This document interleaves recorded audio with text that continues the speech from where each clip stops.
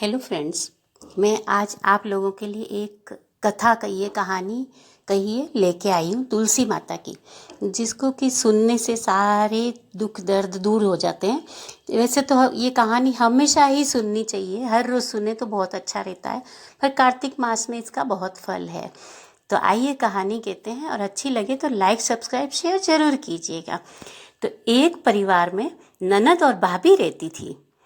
ननद अभी तक कुंवारी थी, उसकी शादी नहीं हुई थी। वह तुलसी जी की बहुत सेवा करती थी, पर भाभी को यह सब बिल्कुल अच्छा नहीं लगता था। ऐसा कहते हैं ना, फूटी आंख भी नहीं सुहाता था। तो कभी कभी तो वो भाभी ननद के ऊपर बहुत गुस्सा करती थी, बोलती थी जब तेरी शादी होगी ना तो मैं तुझे तुलसी ही खाने को दूंगी और तुलसी ही तेरे दहेज में दूंगी। तो देखिए समय गुजरता गया, और जब ननद की शादी हुई तो उसकी भाभी ने बारातियों के सामने आके और तुलसी का गमला बड़े जोर से पटक के और फोड़ दिया। तो फोड़ दिया और रख दिया वहाँ पे।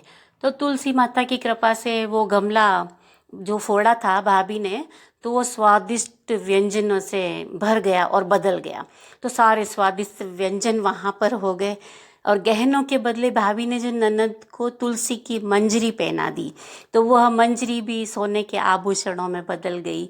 तो ये तुलसी माता की मेहरबानी है, जो कि वो तुलसी माता की पूजा करती थी। और कपड़ों के स्थान पर तुलसी का जनेऊ रख दिया, तो वो भी रेशमी कपड़ों में बदल गया।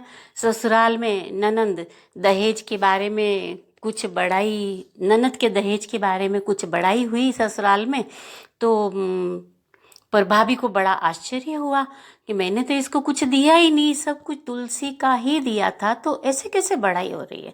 तो उसको बहुत आश्चर्य हुआ भाभी को। तो तुलसी जी की पूजा का महत्व उसकी समझ में आ गया भाभी को। तो भाभी ने सोचा कि ये ननद तुलसी की पूजा करती है, इसलिए इसको ये सब हुआ है। तो फिर देखो, भाभी के भी एक बेटी थी, तो वह अपनी बेटी से बोली तू भी तुलसी माता की सेवा किया कर। बोलते हैं ना कि जब बुआ को कुछ हुआ तो उसने सोचा मेरी बेटी को भी ऐसा फल मिलेगा। तो उसने उसकी बेटी से बोला तू भी तुलसी माता की पूजा किया कर, तो तुझे भी बुआ की तरह फल मिलेगा। तो वो बेटी से भी पूजा करवाने लगी। तो एक दिन पूजा करते करते लड़की के विवाह का समय आया। तो भाभी ने सोचा कि जैसा व्यवहार मैंने अपनी ननद से किया, उस जिसके कारण उसे इतनी इज्जत मिली थी, क्यों ना मैं अपनी लड़की के साथ भी वैसा ही व्यवहार करूं। तो उसने सेम वैसा का वैसा ही किया, जैसा ननद के साथ किया था वैसा ही अपनी बेटी के साथ किया। तो उसने तुलसी का गमला फोड़कर बारातियों के सामने रख दिया। परंतु इस बार देखिए उल्टा ही हुआ। ननद के साथ क्या हुआ था और बेटी के साथ तो किया, तो इस बार उल्टा ही हुआ। तो इस बार तो मिट्टी की मिट्टी ही रह गई, और मंजरी जो पहले की अवस्था में ही थी, तो वो जनेऊ और मंजरी और सब वैसे के वैसे ही रह गए। कोई गहने नहीं बने, कपड़े नहीं बने।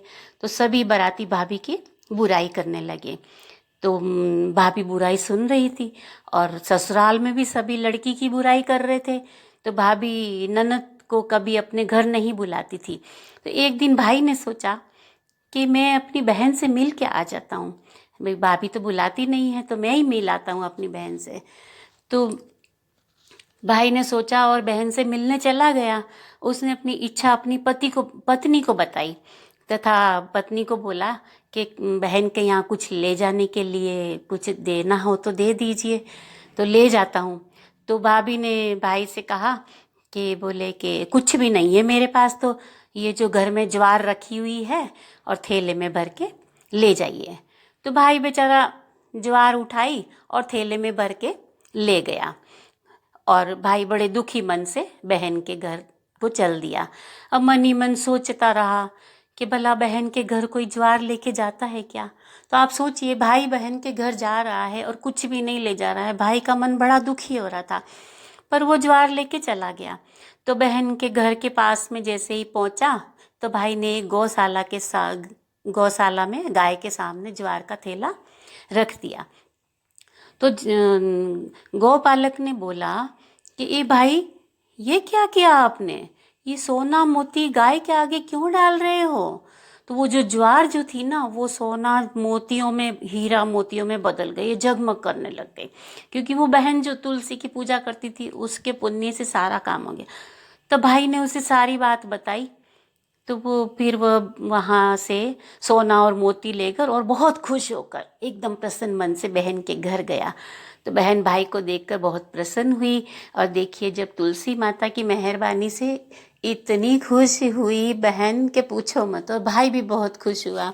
तो ये सब तुलसी माता की मेहरबानी है, जो हर रोज़ तुलसी माता की पूजा करता है। और ऐसा नहीं है कार्तिक मास में ही करना चाहिए, ये हर रोज़ भी अगर हम कहानी सुनते हैं ना, तो इसका फल बहुत बहुत 1000 गुना फल मिलता है। ये मेरी अपनी आजमाई हुई कहानी है।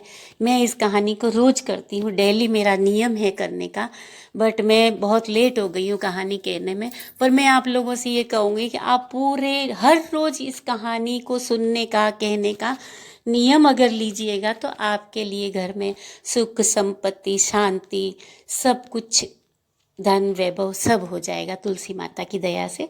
तो बोलिए तुलसी माता की जय।